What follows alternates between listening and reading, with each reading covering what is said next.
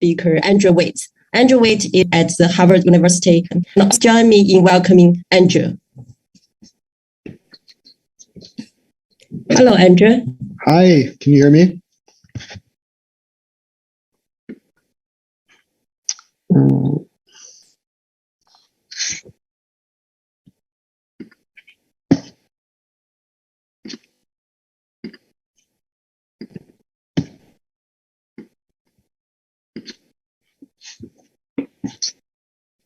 Okay, thank you so much for the invitation. It's my second time in the conference. Last year, I think I shared a pretty broad range of projects.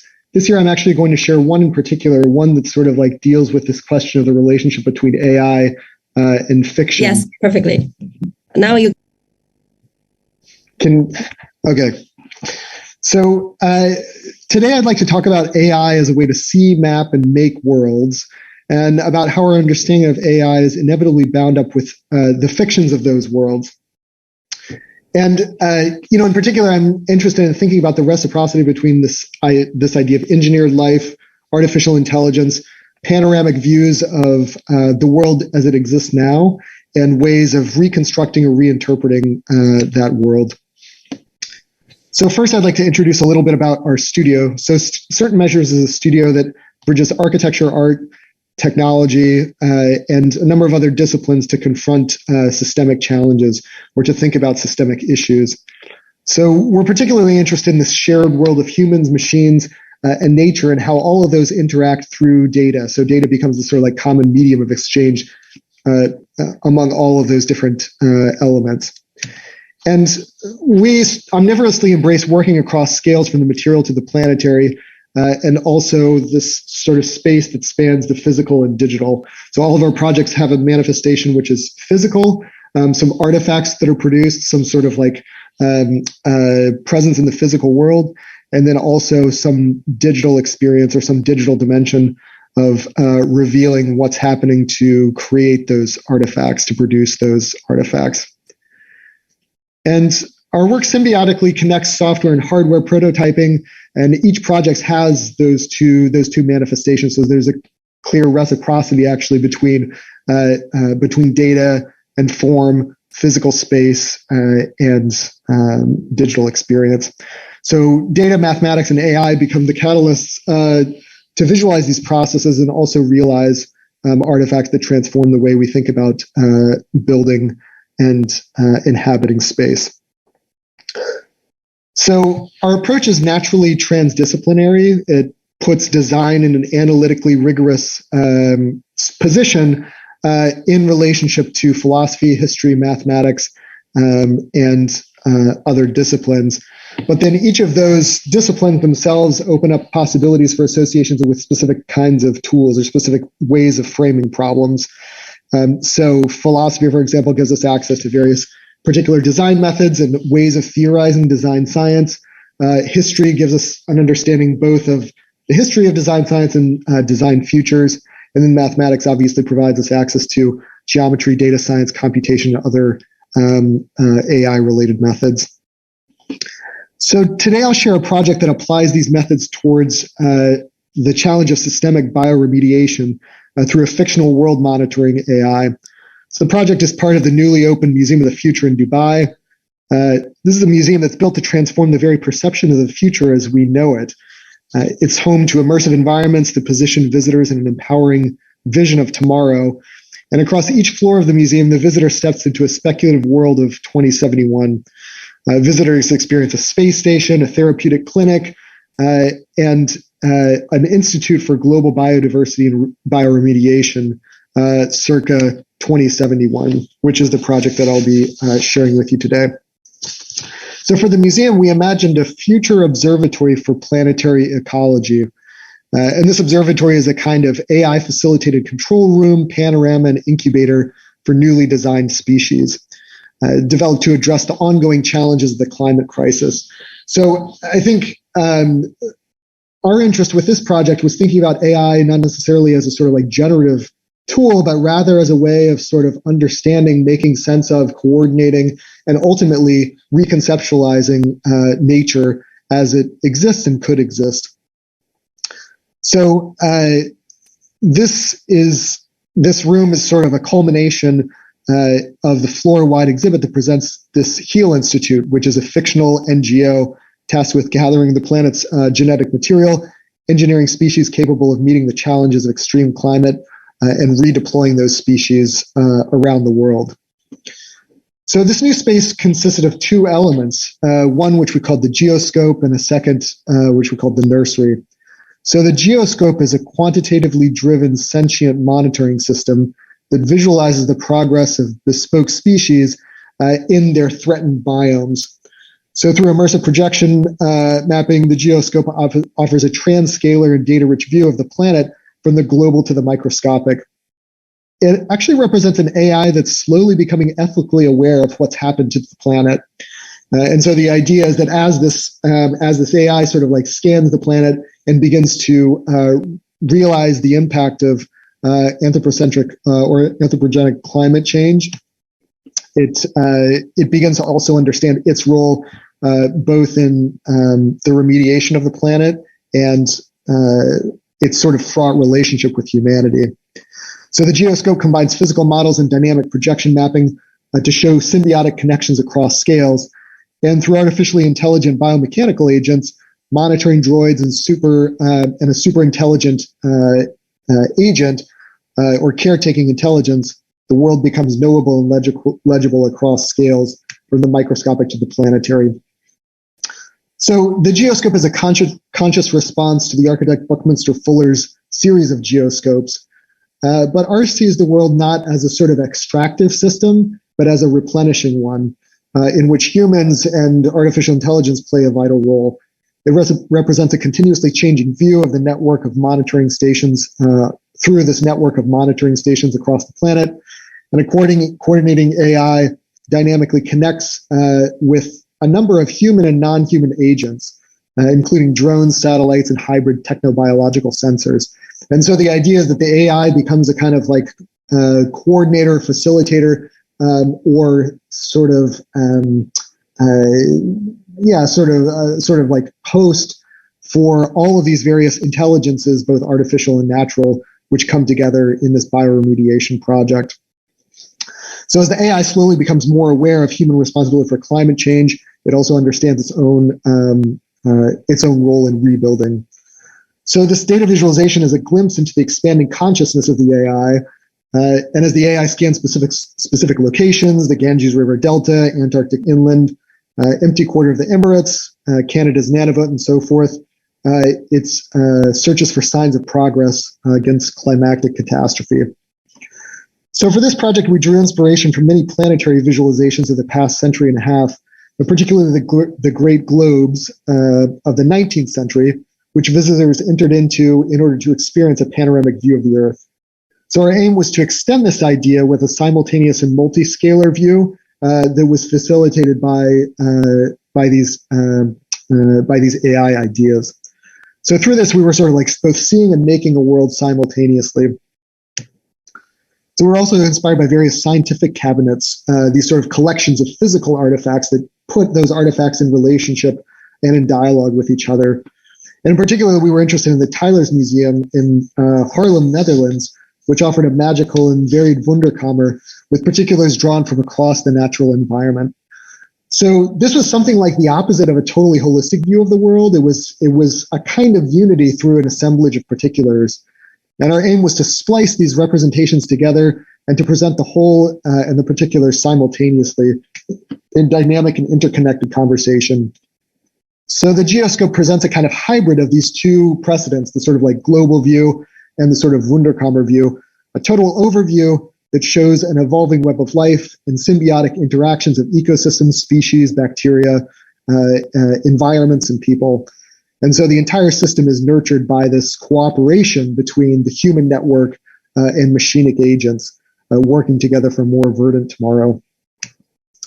So an integral part of the geoscope are the myriad vignettes that show in zoomed in detail the thriving species introduced by the benevolent AI. So these include, for example, sugarcomb jellies, a swarm superorganism that signals danger with bioluminescent flashes, or cryptobiotic wildflowers, which are these robust hibernating vegetation that survive in steppe and tundra regions.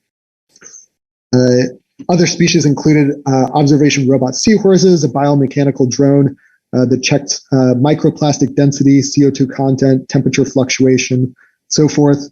A fire-resistant tree with robust roots to resist the danger of those climate emergencies. So the geoscope also affords glimpses into the research of scientists in the Aiiiii Institute who worked tirelessly to confirm the success of this regreening of the Earth.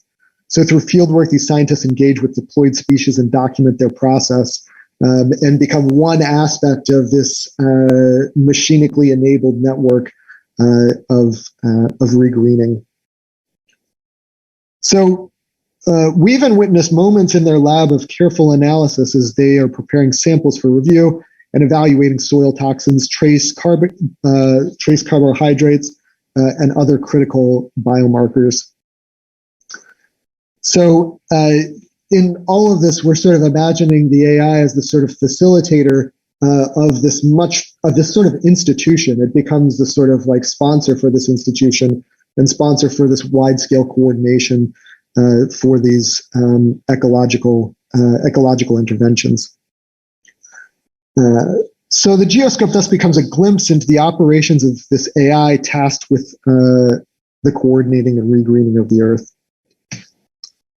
So in the nursery, which is the other half of the experience, visitors peer into incubators nurturing dozens of species that could revitalize a struggling planet. In collaboration with a geneticist, we designed over 80 species of plant, insect, and animal, each with special characteristics designed to combat environmental challenges of today and the future. And so this fictional AI, the intention is that it calibrates these species to the specific areas where they're needed most, and essentially match makes between these new biological entities and what the planet needs. So the nursery shows the accelerated growth process of these species, enhanced with holographic data profiles of each specimen. And the AI essentially becomes this kind of gardener and caretaker, ensuring the nascent development of each specimen. So drawn from a range of biomes, we imagine species such as nutrient jelly cactus, radiation sequestering flowers, seed dispersal snails, or lipid-rich quinoa, which collectively form a kind of biological menagerie. And so this AI, which goes through the process of sort of geographic classification and detection, is also the sort of curator of this menagerie. So each of these species has very particular sort of features intended to be matched with specific environmental challenges. So for instance, the remediation coral is designed to shelter reef-dependent species while feeding on microplastics and sequestering heavy metals. So this is a kind of supercut of the physical dioramas and models. And working with a highly skilled German art fabricator, Aiiiii, we designed each of these to rival the detail of dioramas in the best natural history museums. So each species was meticulously researched, complete with a scientific name, specific climate-robust features, and estimated life cycles. And there's sort of an encyclopedic impulse in the collection, an attempt to convey the variety and possibility of nature across climates. So at the microscopic scale, so, obviously any sort of species is part of a much larger chain. And so introducing these species has to be done in symbiotic fashion with all of the other supporting species at larger and smaller scales. So at the microscopic scale, we designed bacteria to symbiotically support our new species in these larger biomes. And many were paired with larger organisms in beneficial dyads. So these bacteria included cancer-hunting, sunscreen-producing, and heavy metal sequestering varieties, many of which were also intended to be part of a larger constellation of species. So here you can see a glimpse of some of the holographic data viz overlays that revealed the details of the organism and its role in a remediated Earth. This is a highly accelerated view of those synchronized displays, but the idea is that this menagerie also surfaced the data the sort of biometric data around each of those species in their development. So we were interested in so these 80 different species were distributed among 7 major ecosystems, such as desert, aquatic, Arctic, forest, swamp, alpine, and grassland. They were designed with this geneticist, each with very specific biomechanical or biochemical mechanisms. And so not only were they sort of essentially specific derivatives or sort of like antecedent or sort of derived from very specific kinds of species, we also had to design the sort of biochemical processes that would make them possible. So these plants, animals, and fungi all should ultimately contribute to this revitalized global ecology. So we were very interested in this sort of like post-human perspective of the sentient AI monitoring the Earth as a sort of observatory. And we were curious about this idea of how the AI would begin to come to terms with this unfolding climate catastrophe. And, since the AI communicates with the visitor and the network of remote agents through transmissions, we became really fascinated in this literary genre of fiction called the epistolary novel. So the epistolary novel is a story that's written entirely in letters back and forth between the characters. And, it has quite a long history. And ironically, or maybe not ironically, but interestingly, Frankenstein, arguably one of the first science fiction novels, certainly one of the first to address bioengineering, uses the epistolary form. And so we began to think about these sorts of experiments in also email and epistolary fiction, as well as the emerging genre of AI coming-of-age stories, such as Ishiguro's Clara and the Sun. So we began to think about the sort of like fictional journal or fictional set of transmissions or fictional set of exchanges that would emerge from this AI as it's becoming ethically conscious of this climate catastrophe. So we wanted to combine the epistolary novel with the panorama book. So the idea of this entire installation is that it's a kind of panorama of the planet. We were inspired by these projects like Ed Ruscha's Every Building on the Sunset Strip that imagines this sort of very linear panorama of a Los Angeles street view. We wanted to think about how we could kind of reframe our piece as every species on planet Earth. So if we were to do one sort of like continuous scan of the planet and create this sort of linear structure annotated with these sort of transmissions, these exchanges, these letters from this AI to its human interlocutors, what would that look like? And so now we begin to put together a draft of a book that combines these elements into a journal of exchanges between this AI and its various human interlocutors. It tells the story of climate remediation from a non-human perspective, from the perspective of an emergent, ethically conscious AI, through this one continuous scan of the biosphere. It's a sort of journal and transcript of that emerging consciousness and a way to fictionalize and world build the role of AI in these futures of collaborative regreening. So this observatory represents a sort of comprehensive simulation of connected biotechnical ecology, as well as new possibilities for architecture. And through these intersecting practices of speculative design, AI, biofutures, fiction, and data visualization, we can multiply the capacities of architecture towards world building and imagining a more verdant world of the future.